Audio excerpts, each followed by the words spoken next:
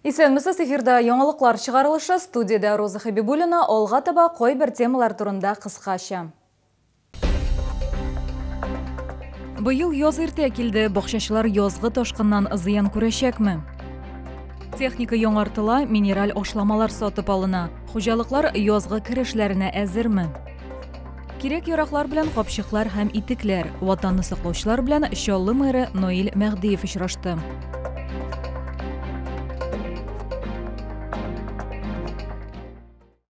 Зур су басулар булмаячак, Бережок һәм энергетик бакча җәмгыятьләре беренче тапкыр язгы ташкыннан зыян күрмәячәк. Быел гидротехник корылмаларга аерым игътибар бирелгән. Су басудан саклану өчен быел бакча җәмгыятьләрендә су үткәрү клапаннары ремонтланган.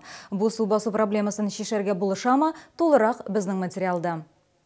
Вот эти деревья были точно под водой. Корни этих деревьев даже выше вот туда заходило, вот до камней вода доходила. Агачлар гына түгел, кайбер дача йортлары да су астында кала иде дип искә ала Яна Фәхрәзиева.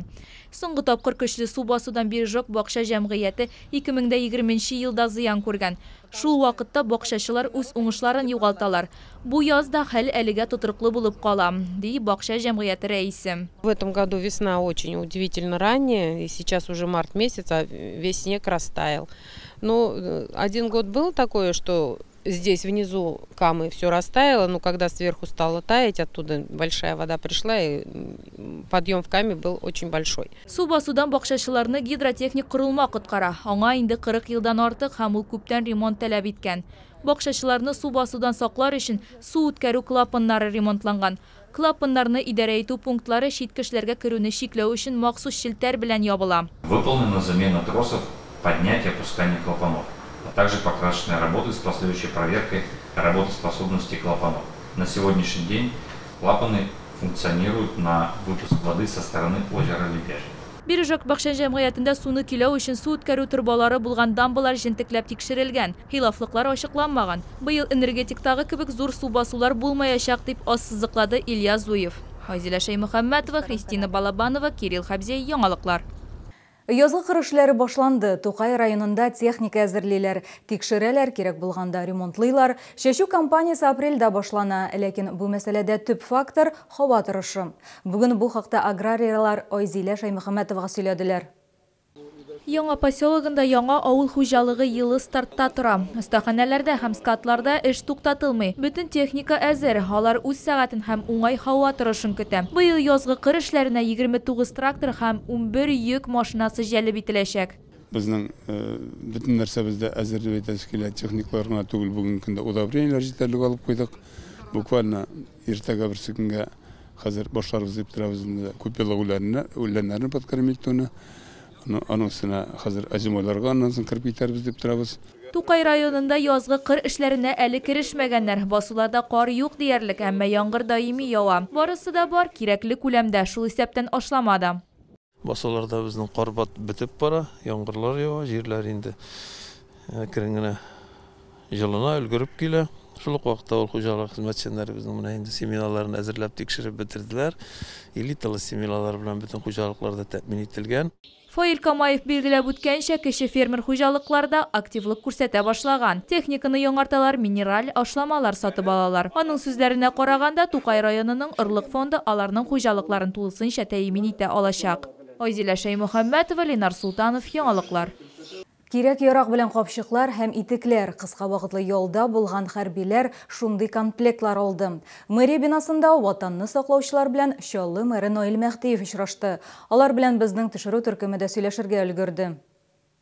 Махсус хәрби операция зонасына киткәнче Чаллылы 10 ел слесарь булып эшләгән. Хәзер ул ватанны саклаучы. Хезмәттәшләре аңа Тибет дигән исем биргәннәр. Моның берничә сәбәбе бар ди хәрби.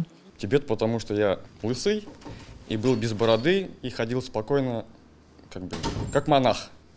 И тибетский монах, Тибет. Тибет һәм кыска вакытлы ялда булган тагын 38 хәрби шәһәр мэре белән очрашуга килгән. Чара башланганчы сугышчылар өйдә ничек вакыт үткәрүләре, ни өчен теге яки бу чакыруны сайлаганнары турында сөйләделәр. У меня сын родился, 4 месяцев не было, меня забрали, из-за этого я решил себя Улым назвать. С женой расписались, все хорошо.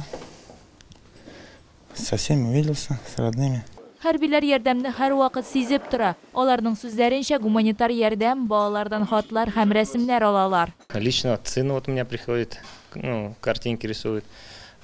Плюс привозят с детских школ, детских садики, ну, в основном со школы. Мы их вешаем на стену у себя, ну, в блиндажах, в помещениях, где вот живут. У нас вся стена, то есть получается это в детских портретах, ну, в рисунках. Mər Noil Məxdiyev bilən işraşuda hərbilər özlərini qızıqsındırğan sıraların birə xizmətləri turunda sili aldılar. Hər soğuşçığa hər qoyda yürüb bula turğan itiklər verildi. Прежде чем кому-то дарить, я сам попробовал.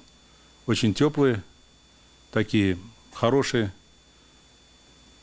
Побывав там, я в первую очередь челнинских бойцов, знаете, по чему узнал? По сапогам. Шулай hərbilərə kirəkli əybirlər, жылы kiyim, qırı, rizq, multitul həm başqa küp əybirlər toplanğan qopşıqlar verildi. Azizə Şəymüxəmmədova, Elmira Ғайнетдинова, Ленар Султанов, Яңалыклар.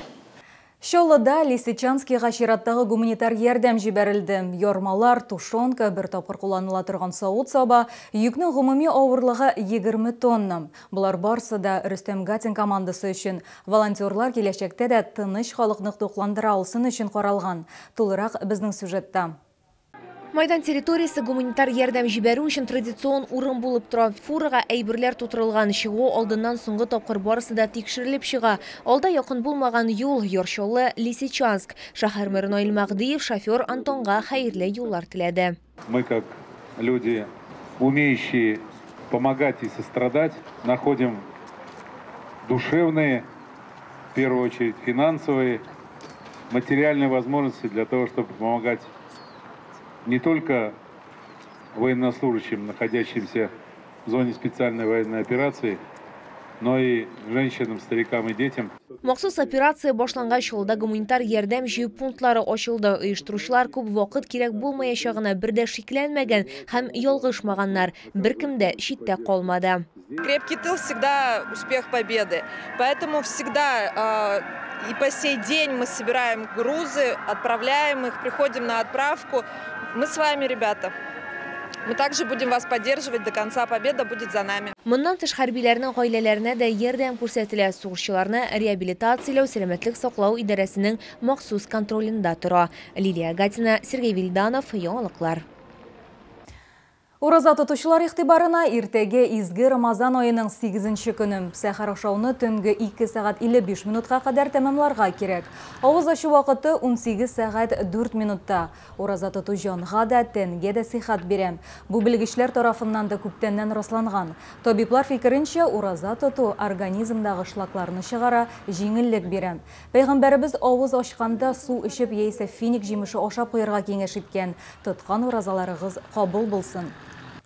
Бүгінгі менә шулар, мин сезнең белән сау булашам, исән сау булыгыз.